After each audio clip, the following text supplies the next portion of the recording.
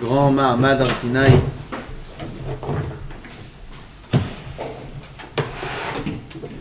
Toute notre émouna est basée, comme dit le Ramban, sur ce Mahamad là, ce Kabbalat Torah.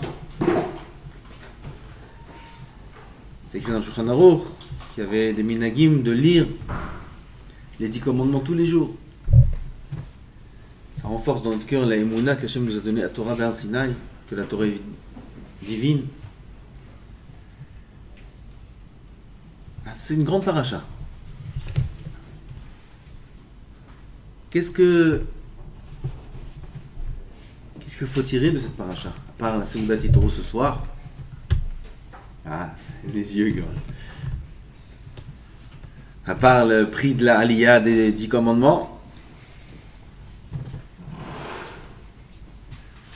Les Chagaf, c'est assourd de dire, quand on vend les montées, la montée des 10 commandements, c'est assourd.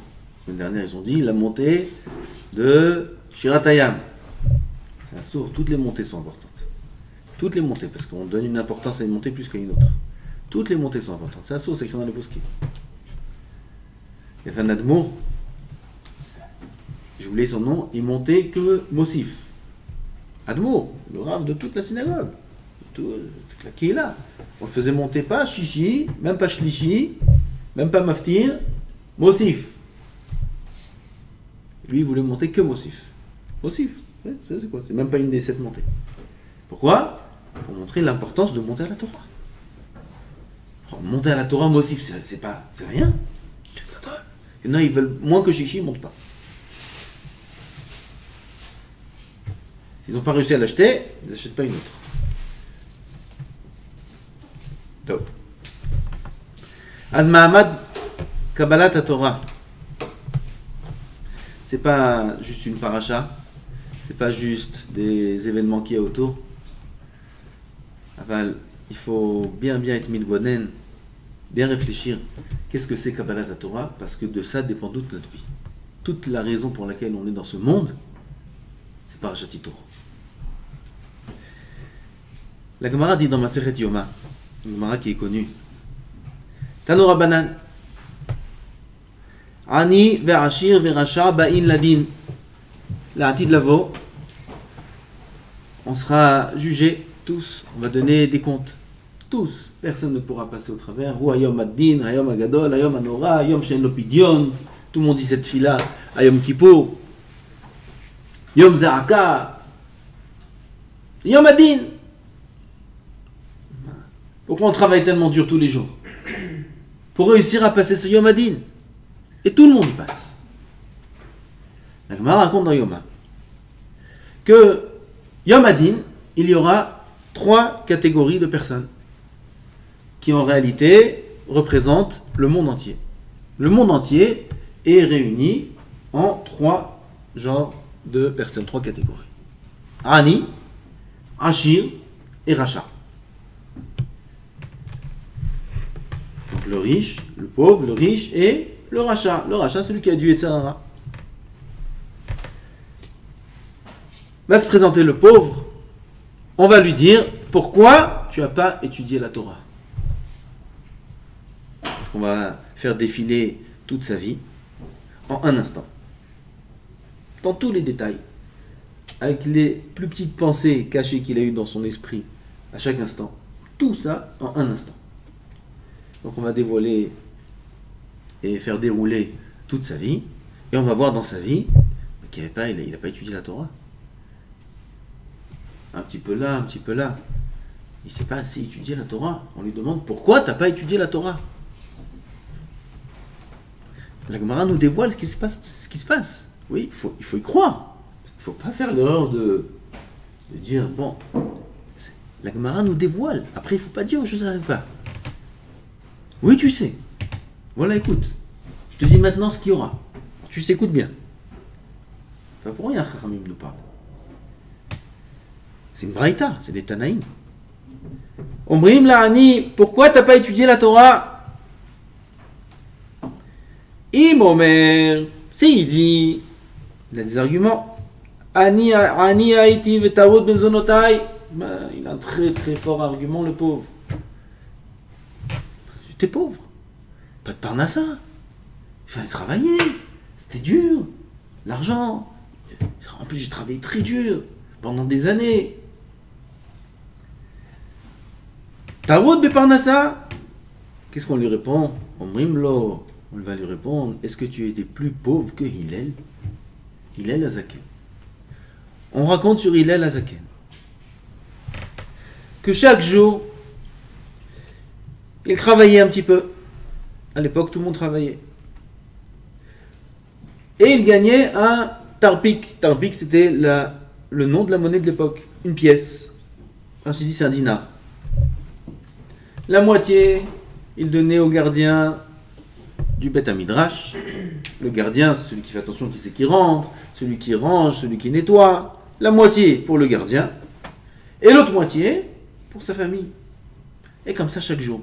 Il allait travailler un petit peu, couper du bois, il vendait un peu sur le marché. Il a réussi à avoir un dinar. Stop. Il va la moitié au Beth Midrash, l'autre moitié à sa femme, qu'elle achète un peu de pain, ce qu'on peut faire pour les enfants. Est-ce que tu étais plus pauvre que Hillel? Etc.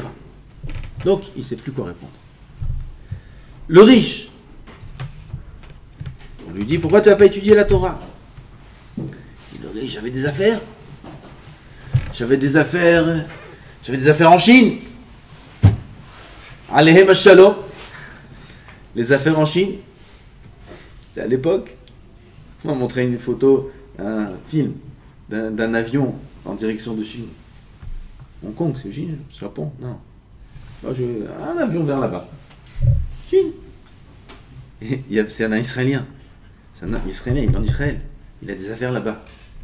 Il dit, voyage pas, toute sa famille dit, voyage pas, t'es fou. Les affaires, c'est les affaires. Oui, on peut mourir pour les affaires. Il a pris l'avion. Et il a filmé l'avion quand il était en voyage.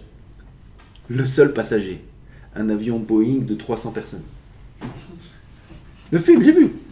Il a filmé le seul passager. Avec les Israéliens qui peuvent être seuls passagers dans un Boeing. Le seul passager dans tout l'avion. Personne ne va en Chine, ça va pas la tête. Ils vont en Chine. Les affaires, c'est les affaires. C'est dangereux ce qui se passe là-bas. Oh. J'ai entendu, Corona, ça va pas tenir longtemps. Ce virus, il n'est pas très fort, il est fabriqué en Chine.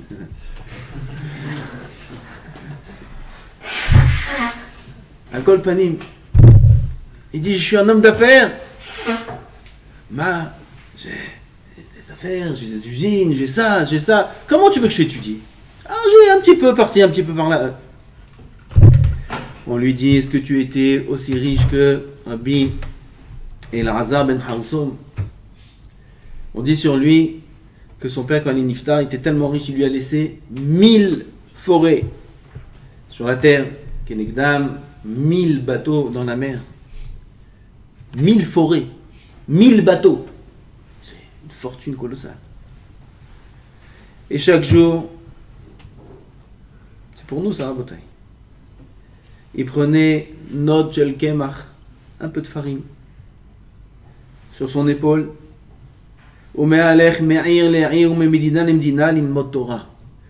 étudier la Torah d'une ville à l'autre, d'un pays à l'autre.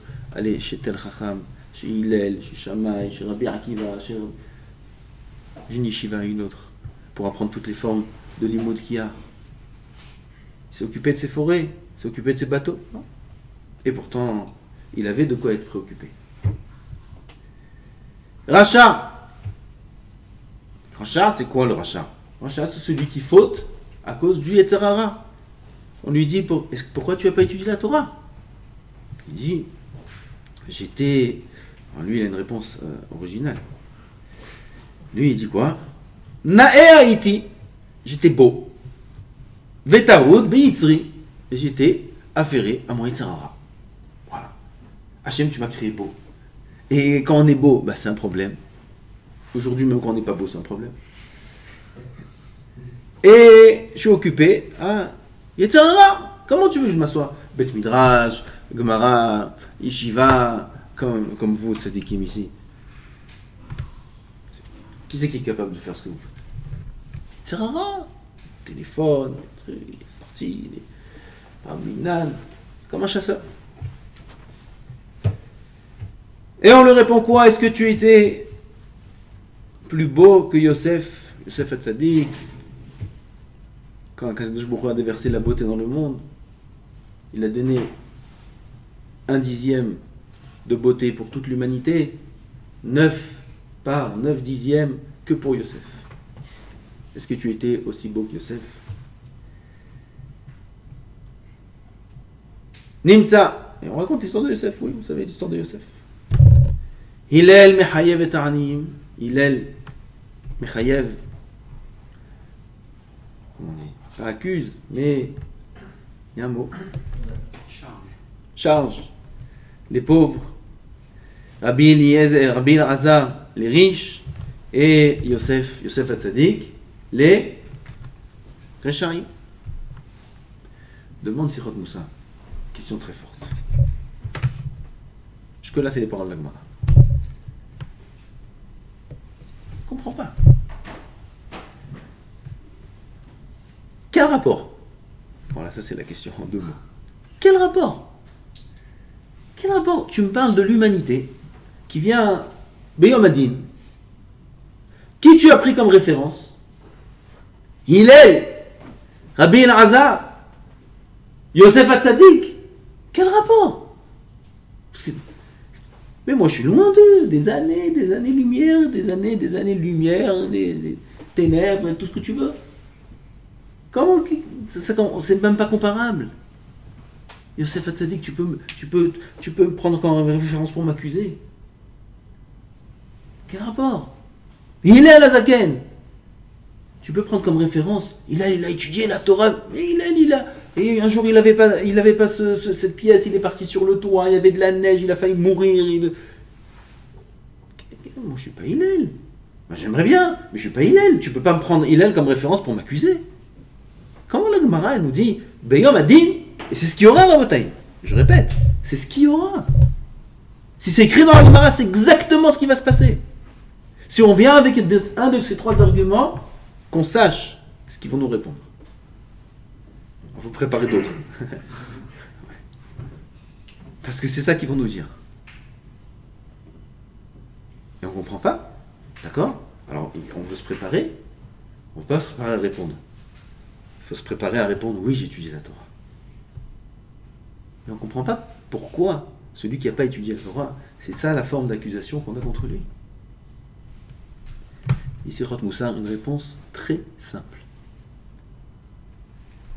Si Béhémet, la Torah, c'était un niveau, c'était une qualité, ça veut dire qu'on peut ne pas étudier la Torah, et si on étudie la Torah, c'est mieux, c'est bien. C'est un mode de vie facultatif. Dans ce cas-là, la question est très forte. Si c'est facultatif, tu ne peux pas comparer des grands hommes à des petits hommes. Eux, ils ont réussi. Eux, ils ont voulu le faire. Moi, non. Moi, j'ai pas le niveau. Mais c'est une erreur de voir la Torah sous cette forme. La Torah, il appelle ça Revi'it d'âme. La Torah, c'est le Revi'it de sang qui fait vivre l'homme. La Torah, c'est la vie. Qui aime Hayenu ve'orech yamenu. La Torah, elle s'appelle Torah de Chaim. La Torah est Chaim. Si la Torah, c'est la vie, alors on ne peut plus discuter maintenant de niveau, de comparaison. On est tous dans le même sac. Et si on a trouvé une personne qui a réussi à faire ce qu'elle a réussi à faire, ça engage tout le monde. Parce qu'on est tous au même niveau dans notre obligation d'étudier la Torah et de connaître la Torah. Et c'est ça Matan Torah. Quand on va lire Parashat Yitro, quand on va lire Aseret HaDibrot, que normalement on aurait dû lire tous les jours, si ce n'était un remettre un minime, le problème dans Shulchan Aruch, tous les jours on aurait une obligation de lire Aseret HaDibrot, tous les jours dans la Tfila. Il y en a qui lisent ça dans le Yotzer. Parce qu'ils me disent, il ne faut pas faire ça. Il y en a qui lisent ça dans le Yotzer. Dans le Yotzer, ça veut dire avant le schéma. Ils rentrent là-bas, une paracha, Aseret HaDibrot. On s'est tenu Béar Sinaï. On a eu un événement, on appelle ça un événement. C'est pas qu'un événement. Alors, on va l'appeler comme ça. Aussi spectaculaire. Akadosh Baruch Hu, il a levé toute la montagne. Et il nous a mis la montagne sur la tête. Kafa alem har kegigit. Et il nous a dit, si vous acceptez la Torah, moutav. Tant mieux. Sinon, sham tehe kvuratrem. Là-bas, je vous enterre. Akadosh Baruch Hu nous a mis à l'épreuve. Vous êtes tous au pied de Har Sinaï. Voilà. Vous voulez la Torah? On avance. La choupa, le mariage, l'alliance avec Hachem, toute la suite, le Beth Amikdash, l'entrée en Eretz Israël. Vous voulez pas? Il faut recommencer tout, à zéro. Azbakasha, shalom. Et on recrée le monde. Parce que le monde a été créé pour la Torah, et Am Israël a été créé pour recevoir la Torah et l'étudier. Zé Matan Torah, Zé Parashat Yitro. C'est un peu moins sympa que la Seoula Yitro. Ah ben en vérité, c'est beaucoup plus sympa. Comme on va expliquer dans la suite. Matan Torah, c'est Chaim. C'est pour ça qu'on ne peut pas commencer à voir la vie sans la Torah. Et si oui, pendant quelques années, on a cru et on a pensé, un homme, quand il prend conscience, il fait tchouva, il est obligé d'être mitbonen. Qu'est-ce que c'est l'importance de la Torah? Plus que ça encore. La Gemara dit dans Sanhedrin, regardez. Il y avait Rabbi Eliezer ben Urkenus, Rabbi Eliezer Agadol, Rabbi Eliezer ben Urkenus, le Pirkei de Rabbi Eliezer. Quand il était malade, c'était vers la fin de sa vie, ils sont venus les Chachamim lui rendre visite. Rabbi Akiva et les amis de Rabbi Akiva, ils sont venus voir Rabbi Eliezer lui rendre visite. Ils sont rentrés, ils sont assis devant lui, là-bas, il me raconte beaucoup d'étapes. Rabbi Eliezer les regarde et leur dit, pourquoi vous êtes venus? Parce que Rabbi Eliezer, en vérité, dans Baba Metzia, il y a une histoire avec Rabbi Eliezer et les Chachamim. Vous connaissez le tamour Shel Arsnaï, avec le caroubier qui s'envolait, avec la source d'eau qui remontait, etc., etc. Rabbi Eliezer, il était un peu dur avec les Chachamim là-bas, et il a été mis en quarantaine, nidouille. Donc, il était seul dans la maison, et les Chachamim ne sont pas venus le voir. Mais à la fin, quand il va être niftar mina olam, il est mort benidouille.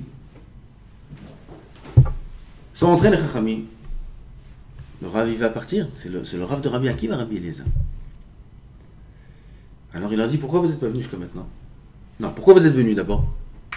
Il leur a dit, on est venus, ils ont dit pour étudier la Torah. On est venus pour étudier la Torah. Maintenant le Rav va partir. Il faut prendre tous les enseignements, tout ce qu'on peut prendre, avant qu'ils partent. Et il leur a dit, ah, pourquoi vous n'êtes pas venus jusqu'à maintenant? Ils ont répondu, parce qu'on n'a pas eu le temps. Là, il y a le Pnaï. On était occupés, on n'a pas réussi à se libérer de Vodarav. Qu'est-ce qu'il répond à Biliez? Tame'ani, im yamutu anashim elu mitat atzma. Regardez la réponse. Je serais étonné si ces gens-là, en parlant de ces élèves, mourront d'une mort naturelle. Bon. Ça fait peur. Je serais étonné s'ils mourront d'une mort naturelle. Comme ça. On n'est pas venu étudier la Torah parce qu'on n'avait pas le temps. Rabbi Akiva, il a entendu ça. Rabbi Akiva, il s'est senti concerné plus que les autres. Il a dit, et moi, Kvodara? Il lui a répondu, Rabbi Eliezer, toi, plus que les autres. La camarade demande, pourquoi Rabbi Akiva plus que les autres? La camarade répond, Rashi là-bas, parce que Rabbi Akiva, il a un cœur large. C'est-à-dire quoi? Il a un cœur rave. Rabbi Akiva, il est capable. Rabbi Akiva, il est capable d'avancer beaucoup plus en Torah. Et si il s'est laissé aller, et s'il n'a pas exploité son potentiel, alors voilà. Bémet, on connaît tous la fin de Rabbi Akiva. Terrible. La fin, on connaît tous. La fin de la fin, on ne connaît pas tous. Après qu'il soit mort, ils ont peigné son corps, sa chair. Ils ont coupé son corps et sa viande, ils l'ont vendue au poids dans les boucheries des goïms. Ça pas tout le monde, c'est ça. Agmara qui dit ça. Ils ont vendu sa viande à Rabbi Akiva. Le corps de Rabbi Akiva. C'est qui Rabbi Akiva, mon cher Rabbeinu, quand il a reçu la Torah, il a dit à moi tu donnes, à lui tu dois donner. Moshe Rabbeinu, il n'a pas accepté. Lui, Doresh qui... Rabbi Akiva. Plus que Moshe Rabbeinu. Et voilà sa fin. Et pourquoi? Rabbi Eliezer lui dit, pourquoi? Pourquoi tu n'es pas venu étudier la Torah jusqu'à maintenant? Pourquoi tu n'es pas venu étudier la Torah jusqu'à maintenant? Mais Fadaï, quand ils ont dit on n'avait pas le temps, c'est parce qu'il était en idouille, Rabbi Eliezer, il ne pouvait pas venir le voir. Mais vous n'êtes pas venu étudier. Et toi, Rabbi Akiva, t'es pas venu. Toi, tu aurais pu réussir encore plus que les autres. Mais quand Rabbi Eliezer, il est niftar, Rabbi Akiva, il était sur la pierre de Rabbi Eliezer où il enseignait la Torah. Il pleurait sur cette pierre, il embrassait la pierre, il pleurait. Et il dit, j'ai pas pris, je confonds peut-être deux histoires, j'ai pas pris de ta Torah comme un chien, il lappe un peu d'eau de la mer. La Torah de Rabbi Eliezer, elle était immense. Ils n'ont pas pris de la Torah de Rabbi Eliezer. Regardez la punition. Je ne veux pas angoisser. En réalité, il ne faut pas s'angoisser. C'est Rabbi Akiva. C'est des finesses qui étaient. Rabbi Akiva, quand lui on peignait sa chair, il a dit qu'il a attendu ce jour-là toute sa vie. Oui, donc ça va. Il était bien. Rabbi nous a dit que Rabbi Akiva, quand lui on fait ça, il n'a rien senti. Donc ça va, on ne s'angoisse pas.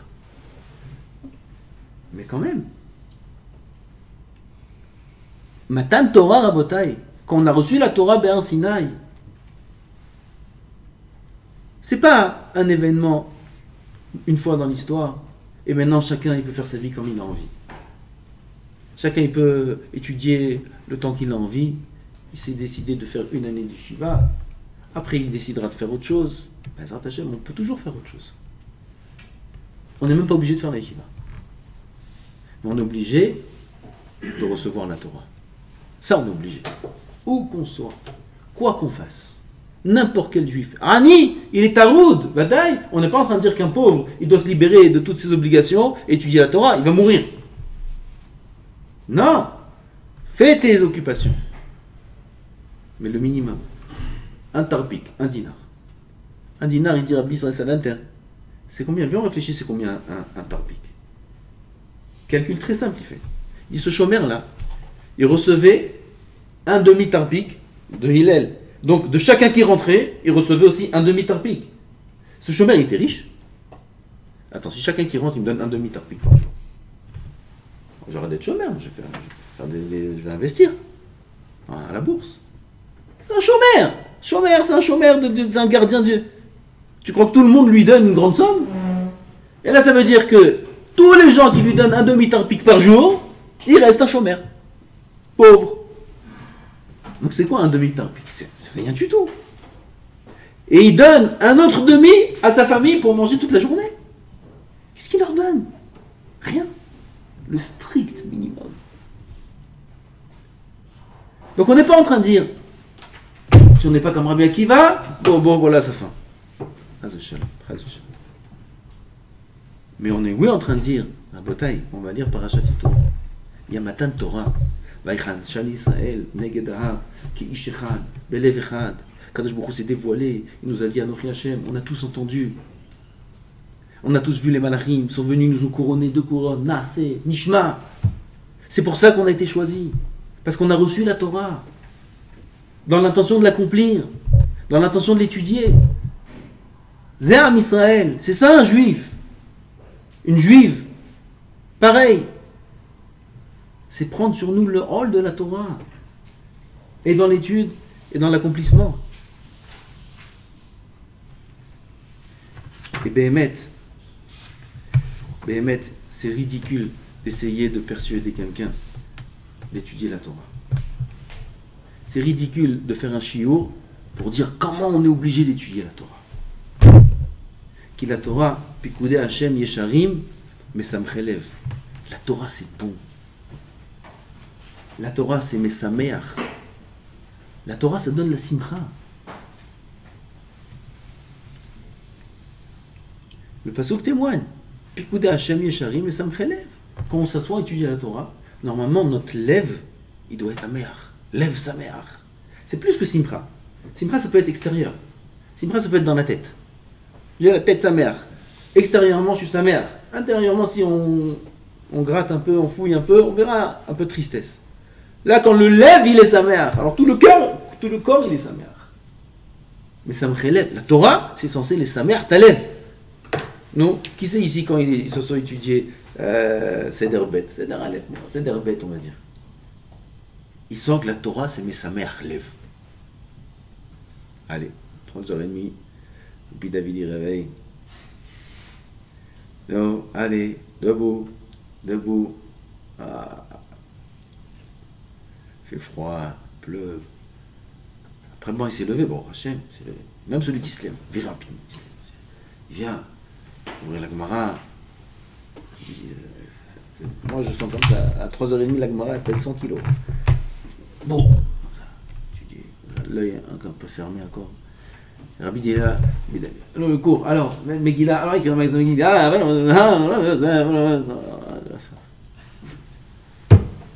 mes samchelèves. Qui c'est qui sent mes samchelèves? Et on va s'écrire, qui c'est qui dit ça? Rabotai, c'est David Amelech. Pikoudé Hashem Yesharim, mes samchelèves. David Amelech il dit, les paroles d'Hachem réjouissent le cœur. Nous, allez, effort. Pas que ça. On le fait, parce qu'il faut le faire. Vadaï. Avec moi, un ami. Mais ça me fait le effort. Regarde, il paye.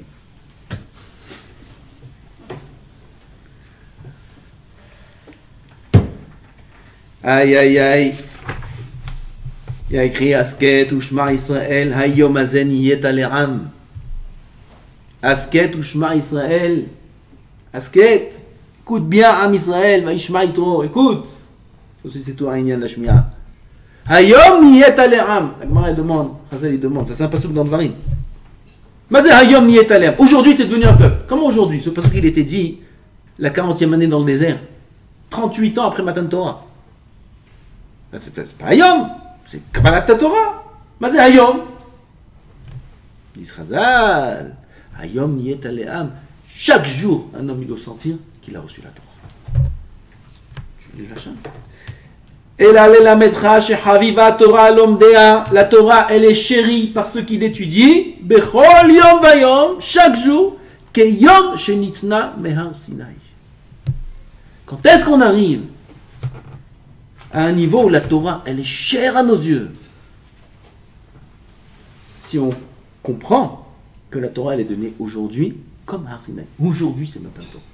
Parashat Yitro, c'est pas qu'une semaine dans l'année. Parashat Yitro, c'est tous les jours, tous les instants. Matan Torah, c'est chaque jour. On dit tous les jours, cette dracha elle est écrite aussi dans Shema Israël. Asher Anochim et Tzaveh Etrem Hayom. Les Ahava.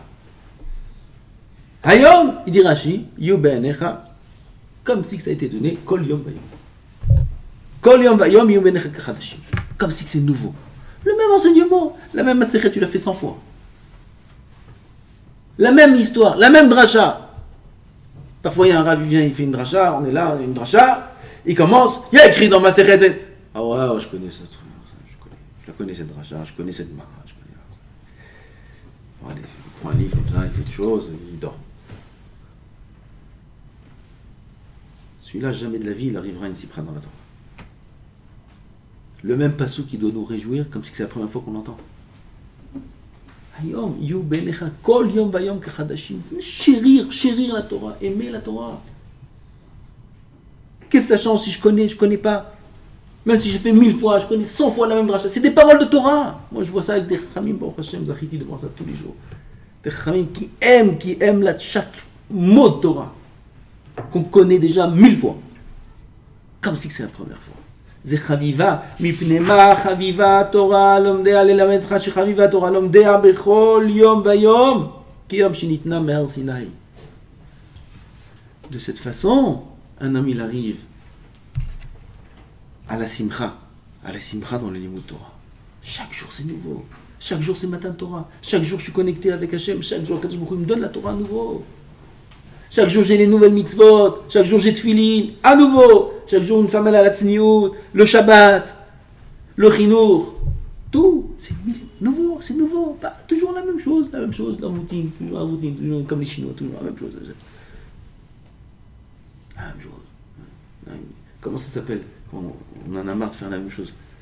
J'ai appris pris ça de l'argot. Blasé, blasé. Ah, il m'a dit, je suis. Hein, blasé, on dit. Ah, blasé. Moi, je. Apprends. Blasé. J'ai cherché de savoir c'est quoi la racine. La racine. Blaze. Bellaraz. D'où ça sort ces mots-là, je sais pas. Blasé. Blasé. Ah, blasé.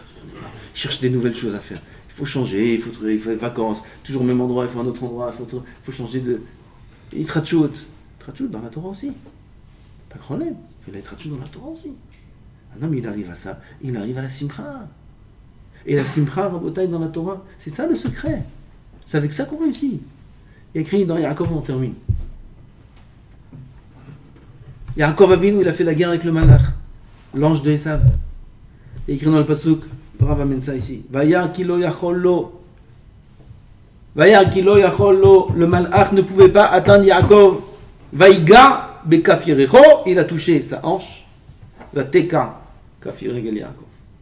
Et sa hanche s'est déboîtée, le guide a naché, etc. Dit le Sforno, écoutez ce pirouche. Mazevaya kilo yacholo, l'ange il pouvait pas, c'est l'ange de Esav, c'est la force du mal par excellence.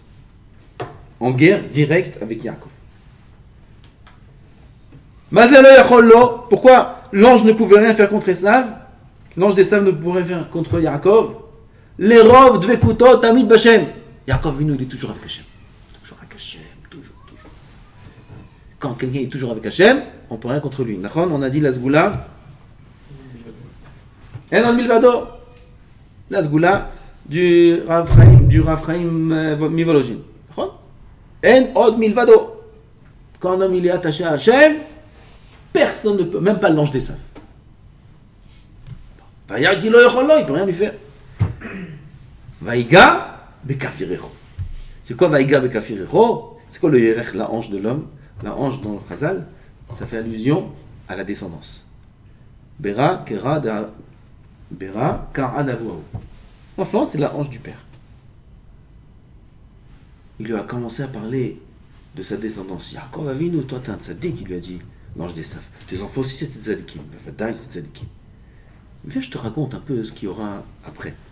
Dans cette génération-là, ils vont faire Avodah Zara. Là-bas, ils vont faire le Haïgel. Là-bas, ils vont faire ci. Là-bas, ils vont faire ça.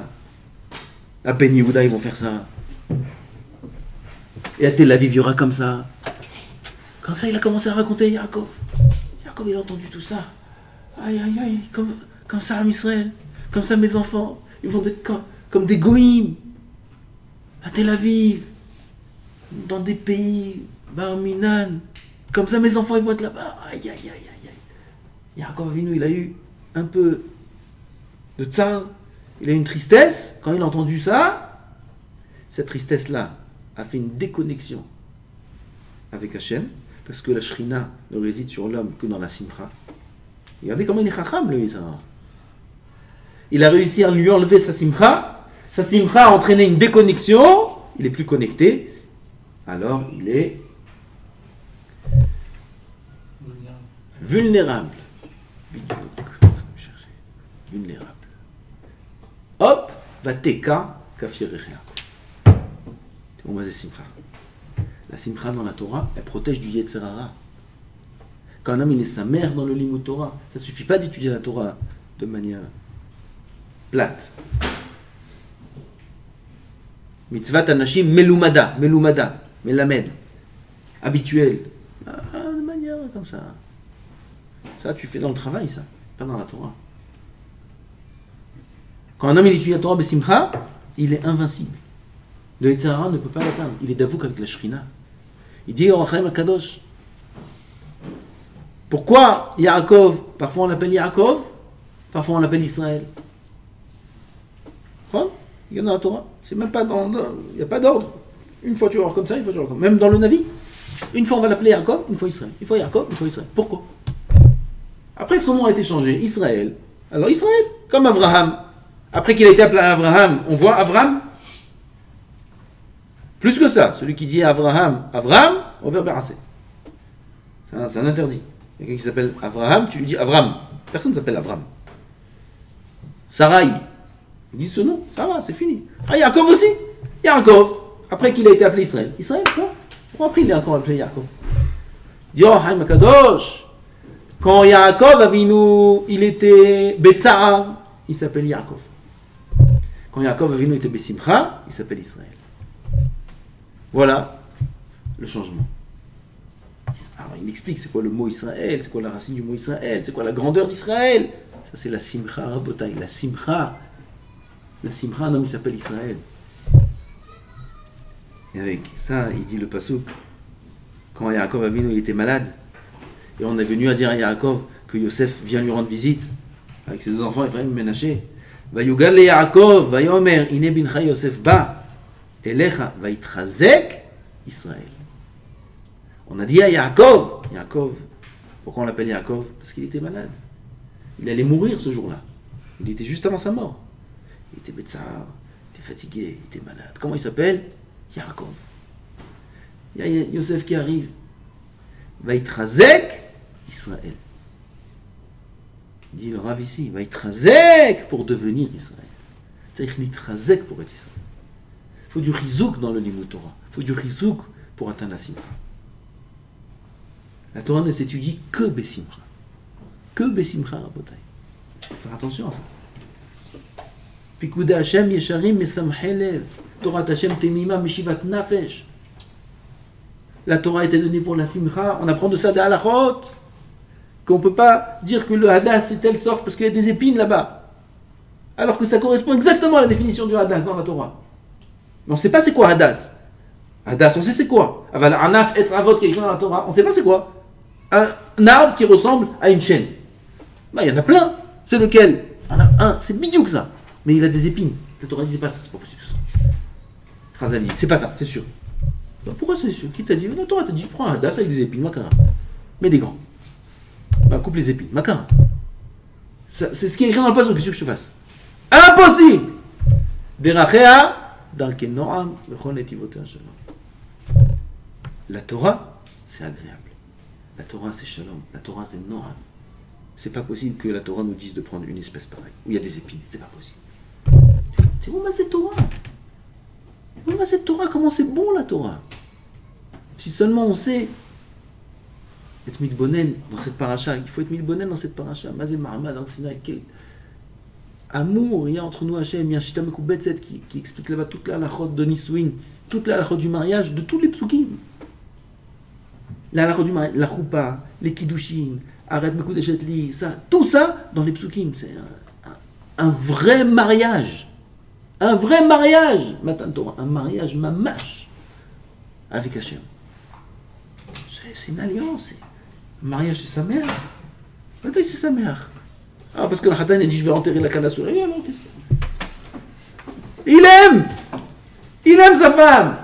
Si tu viens pas avec moi, je t'enterre. C'est une déclaration d'amour, ça que tu veux. Madaï, il aime. Il aime, ça veut dire on ne peut pas concevoir un autre scénario que Matan Torah. C'est ce qu'il dit Hachem. C'est pas possible. Si tu me dis non, je meurs. Je recommence tout. Le monde, il s'effondre si jamais on ne reçoit pas la Torah.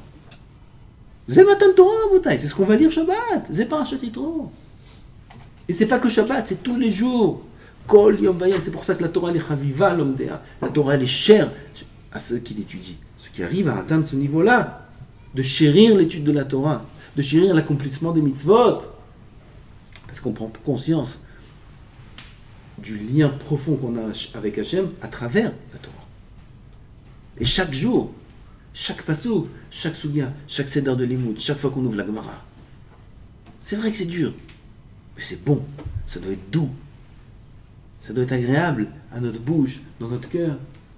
Chaque fois que, comme Baruch Hashem, il y a beaucoup dans Israël, des gens qui travaillent, combien ils aiment la Torah, combien ils aiment étudier la Torah, combien ils aiment les Chachamim.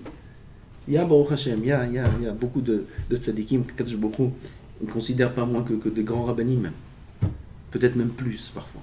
Beaucoup plus même. Il peut y avoir des grands rabbinim qui sont là avec toute leur Torah monotone. Fad. Mitzvat Hashim Elumada. Fad. Ils le font parce qu'ils le font, ils ont baigné dedans, ou ils ont décidé de le faire parce qu'ils ont compris qu'il faut le faire. Mais leur limoud, avec toute leur grandeur, fad. T'as des Baalei Batim qui travaillent pour leur parnassa tous les jours. Quand ils ont leur heure de limoud de Torah, quand ils ont leur l'occasion de voir les chachamim, ils deviennent comme des bébés, ils sont fous de la Torah. Va dire que ça vaut beaucoup plus aux yeux d'Hachem. C'est comme ça qu'on doit étudier. Nous, on a le mérite d'être à la yeshiva. On a le mérite d'étudier la Torah toute la journée. On a le mérite d'être au top. Au top. On est au top. On est au top. Vous êtes conscient de ça. On étudie la Torah toute la journée. Toute la vie.